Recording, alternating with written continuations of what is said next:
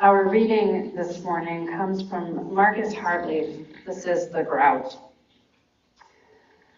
He writes, "The Unitarian Universalist congregation where I served as an intern made a mosaic tree of life the summer before I arrived. Congregants of all ages came together to craft the tree's leaves, using bits and pieces of broken ceramics, jewelry, glass, and stone.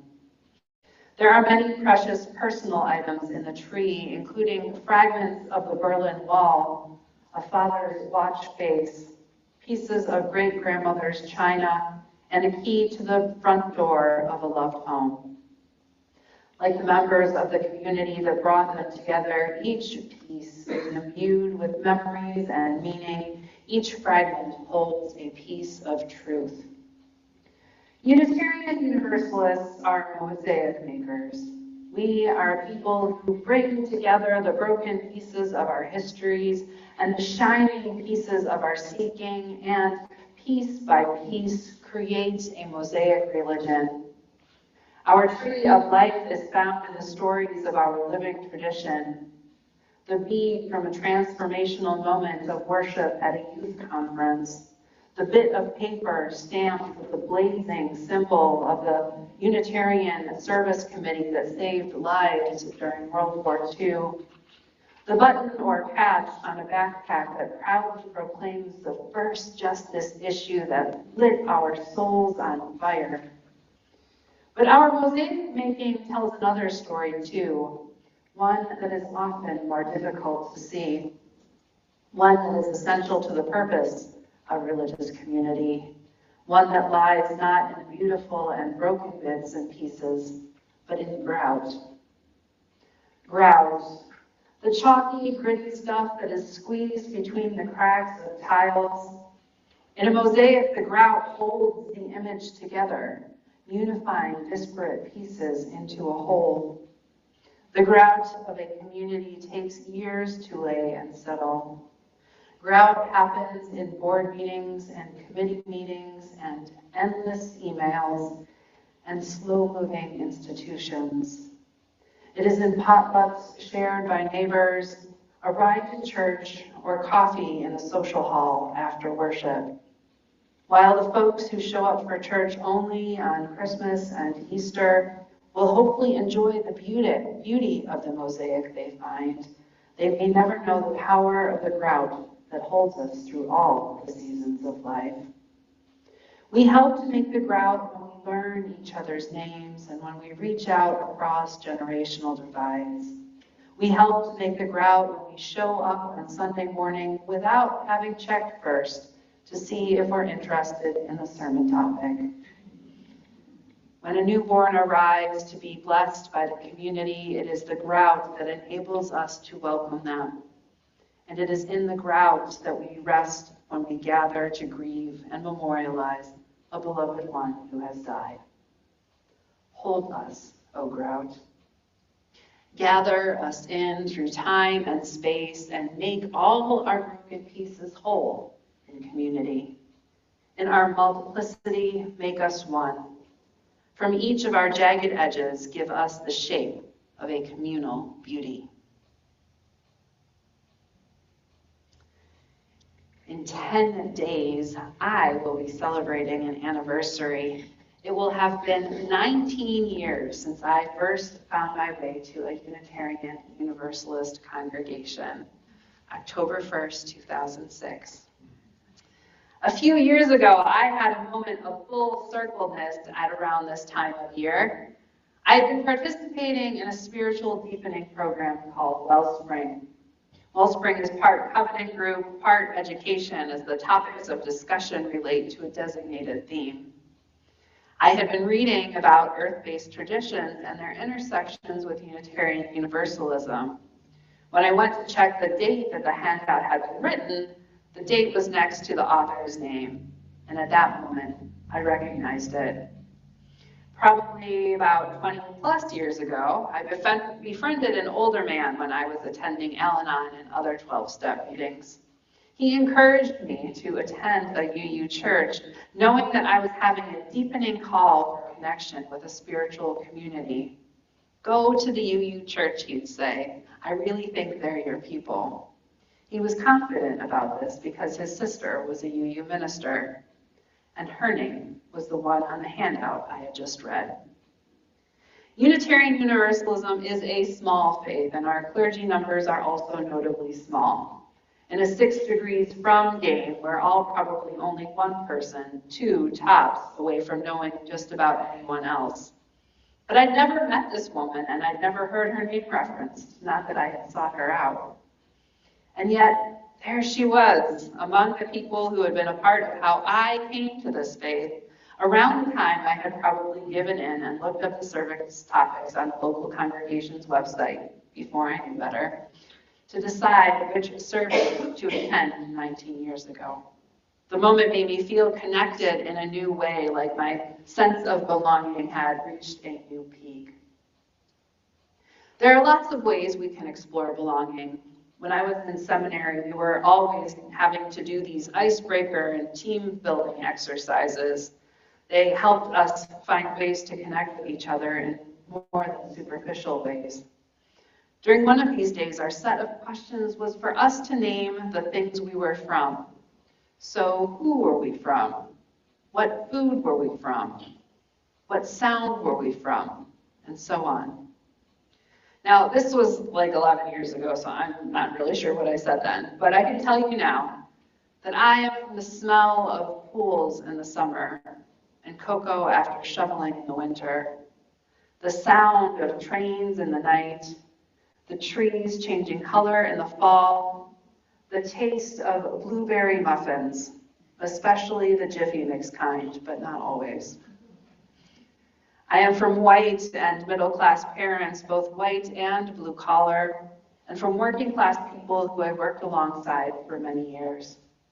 I am from academia, too, where I've spent quite a bit of time pursuing my education.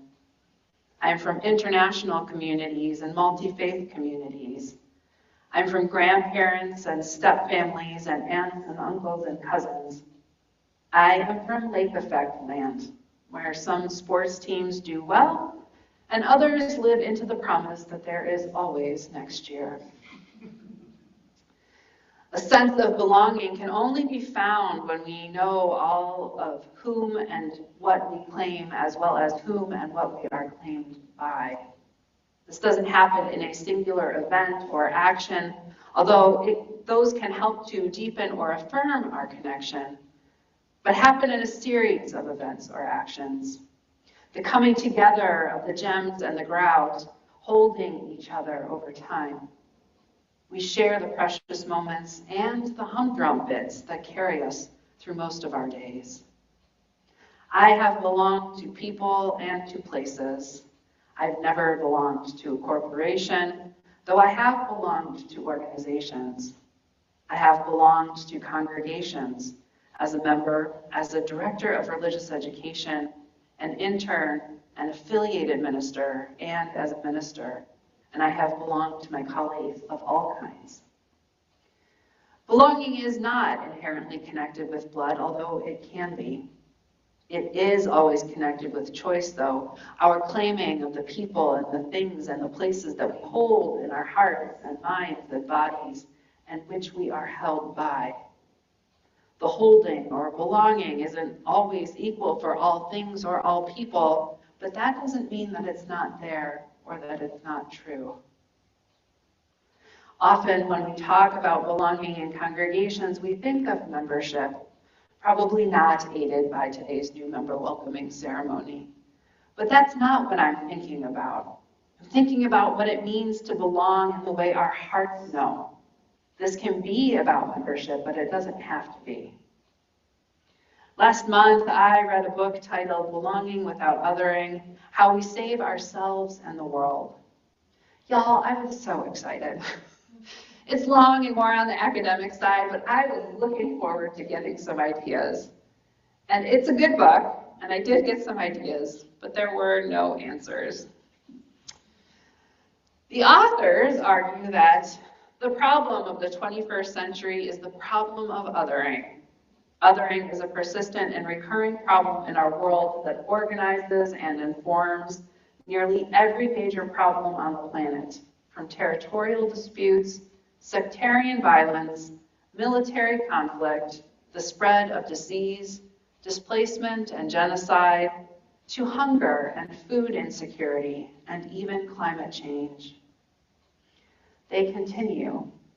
We define othering as a set of dynamics, processes, and structures that consciously or unconsciously denies or fails to accord full and equal membership in society, as well as human dignity on the basis of social group affiliation and identity, and therefore tends to engender marginality and persistent inequality across any of the full range of human differences based on group identities.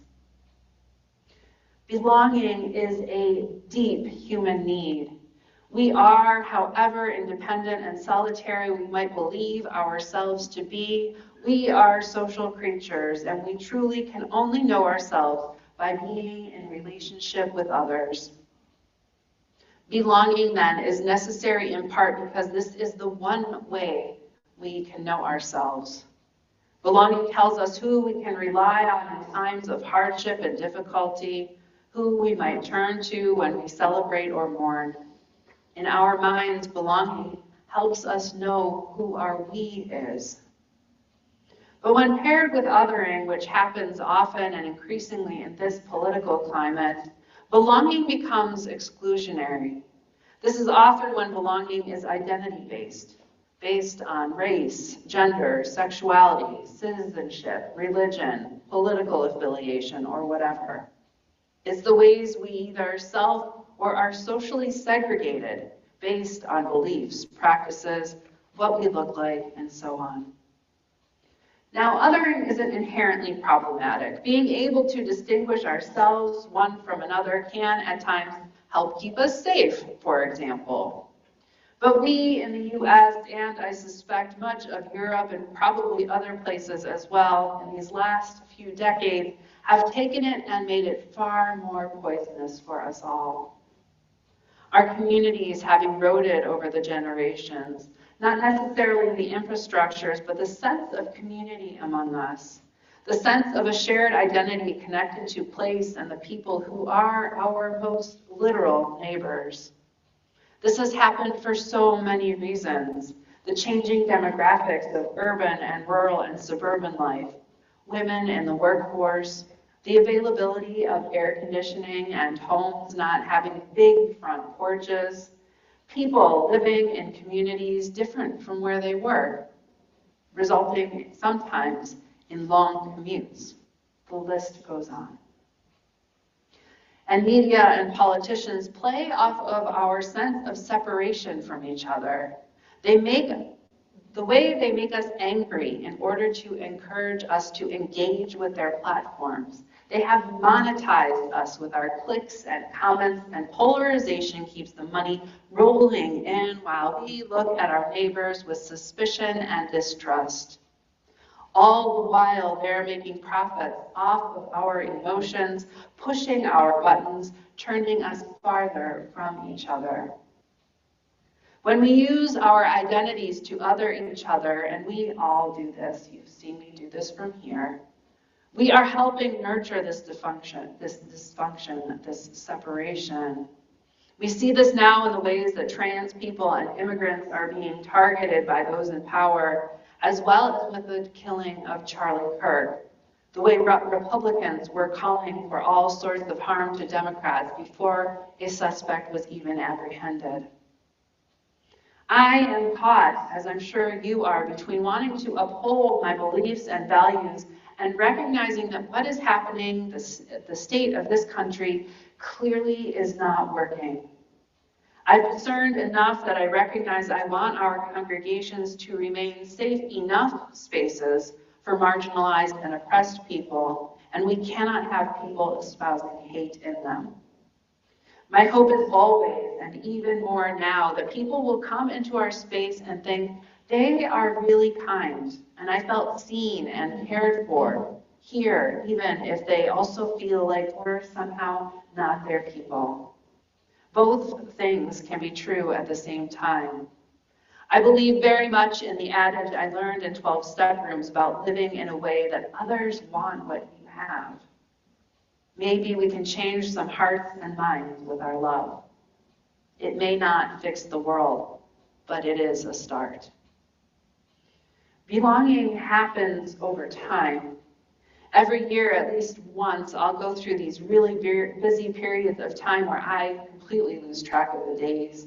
My dad will call me and say, "Hey, I hadn't heard from you in a while, so I thought I'd check in." He always says that he hasn't heard from me in a while when he calls, even if it's only been 2 days. I apologize and I'll ask what day it is, trying to figure out when I had spoken to him last, and he always says the same thing. No need to apologize. It goes both ways. I hadn't called you either. This is one way that I know that we belong to each other, not because we are father and daughter, but because we hold and care for each other and have a shared understanding of what it means to be in relationship. That we will look out for each other, think about each other, keep connected to each other. Belonging is about that feeling of being heard, seen, and affirmed. Belonging often is thought of in terms of our relationships with each other and with groups and organizations, including workplaces, schools, and others, but also has to do with our relationship with ourselves. The state of this country is such that we have a long way to go to healing what we have become, of finding our way back to each other. During the Jewish High Holy Days, which begin tomorrow evening, every year Jews reflect on the ways that they have sinned, the ways that they have missed the mark of expressing God's love, the way they have failed to turn toward their selves, family, and neighbors, and keep in right relationship. It is a time of deep prayer, repentance, and apologizing. It is an effort to make relationships whole again, or at least to begin the process of healing. Though few of us here are Jews, I find this practice every year to be a difficult but soulful one. It is a way to hold ourselves accountable and hold one another accountable for our words and deeds as we seek to make a better world together. I also appreciate this practice because everyone participates. It's not for these folks or those folks. It is for everyone. It's a laying bare of our shortcomings and failures and trying to do better. It makes for an equality in the community and a sense of vulnerability. This can make the we, not us versus them, but everyone is us. Everyone is a part of the we. Because of this ritual, then, everyone begins the new year with joy and sweetness for different and hopefully better possibilities. The vulnerability of this practice creates a foundation of trust among those in the community. Trust is a vital element to developing a sense of belonging among and between people and within cultures. Openness is another as related to vulnerability. We need to be willing to be known as our full selves, to tell our stories, to share our awkwardness, to care and be cared for. This is important because just as we don't create inclusive communities once and we're done, we don't create belonging for one another once and we're done. We do it with each interaction we have, both the beautiful and the challenging. It's a practice that we keep every day. That's how we become the grout. That grout we form over days and years is hard to let go of and cannot simply be transferred elsewhere. It takes time to develop. Having people we belong to and who belong to us is what makes transitions, challenges, hardships, but also our joys and celebrations feel less lonely and more hopeful. Knowing that we are held is what makes the mosaic possible. Our time is brief, and all we are asked to give is of ourselves. And so I bring us back to the words I used to open the service from Kristen Harper. Each day provides us with an opportunity to love again, to hurt again, to embrace joy, to experience unease, to discover the tragic.